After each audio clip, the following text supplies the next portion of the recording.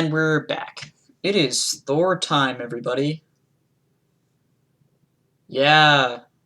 Woohoo! Just kidding, this movie sucks. But why does it suck? Well, that is a story that we're going to talk about. How did Thor get to be the way it is? I don't know. I like Thor, and to be honest, I like him in the Avengers. I think he's a good character in the Avengers. In fact, I think he's a good character in every movie except for the solo movies that he's in. Meaning he's good in all the Avengers movies and nothing else. It's not the character. I think that Chris Hemsworth does the best job that he can.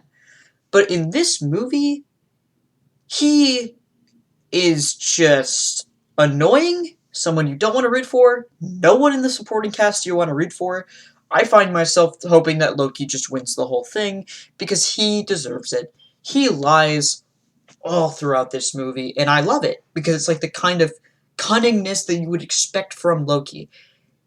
He just has this way about him that makes me feel like I would rather him win than his brother, than Thor win. And Thor doesn't even realize he's fighting a battle between Loki, because for some reason, even despite him being the god of mischief, they're just like, yeah, no, he's fine. He's fine. It's Loki. Loki would never... Like, he had to have played so many tricks on Thor throughout his childhood, and Thor was just so stupid that he was just like, alright, cool. Like, I don't know why it took so long for Loki to get, like, a solo movie, or, like, a solo spin-off show or anything, because, oh my god, like, he deserved it one a long time ago. But yeah, as we learn in Thor, like, Loki is the best person in Asgard. No one is better than him. He is cunning, but he has, like, he doesn't have terrible intentions.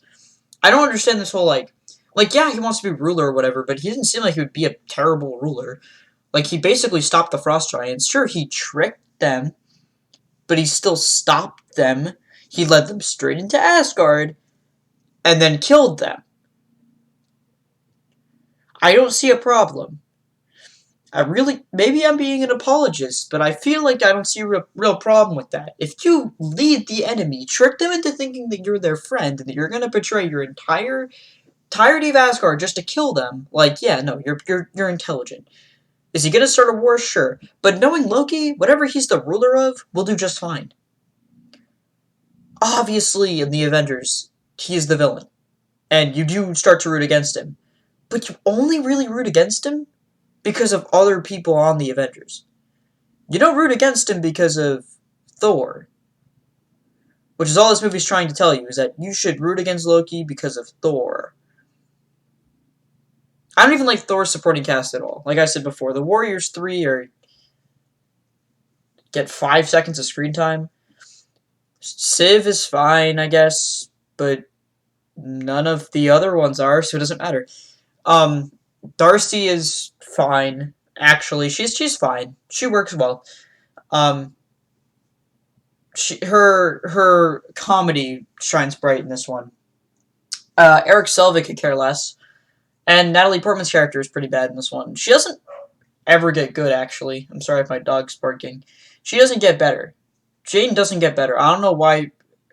They're really just gonna trust the whole Thor Love and Thunder movie to her, which is fine. I'm just saying that, you better hope that she can carry it. I mean, Natalie Portman's a fine actress. I'm sure she'll do fine. But I'm just saying that Jane has not been a good character so far. I don't know if I have really any more comments about this movie.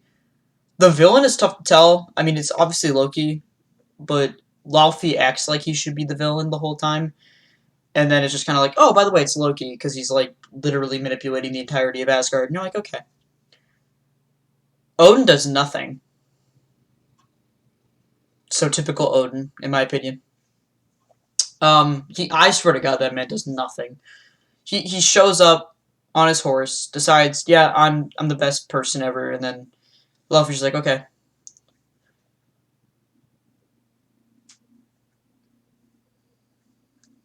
But he banishes Thor for being reckless in battle. I swear to God, he's done that before, though. Like, there's no way.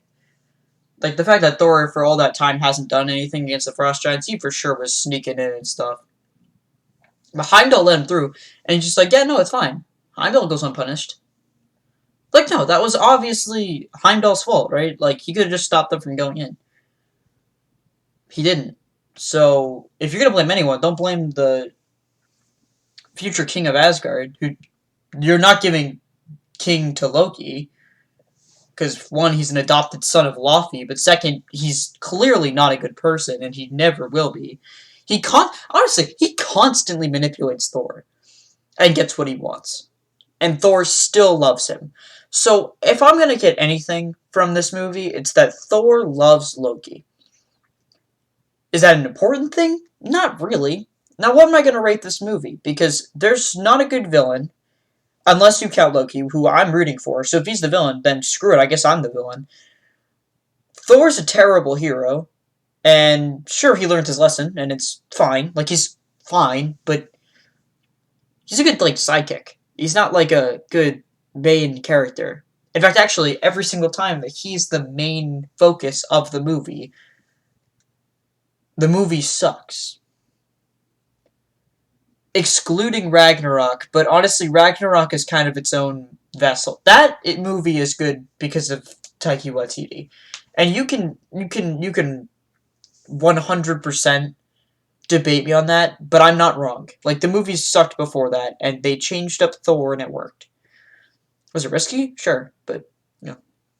But yeah, every movie that Thor's been a big part of has sucked.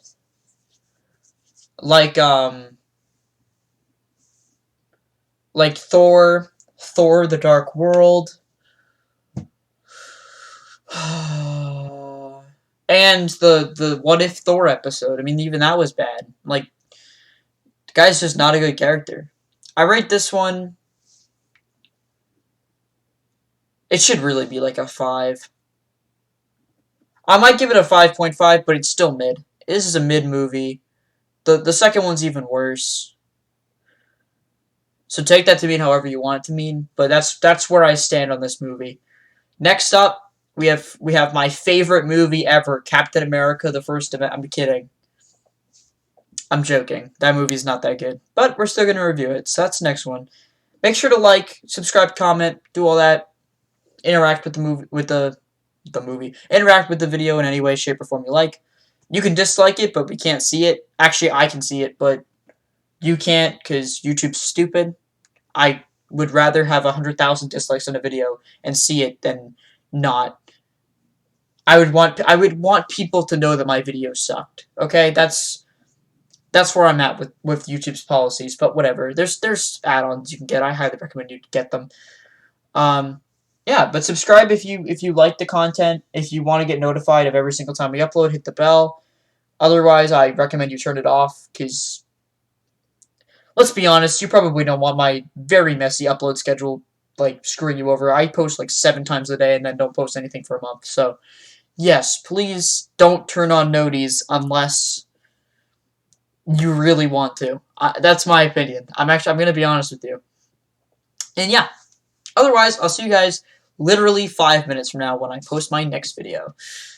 Anyway, moving on.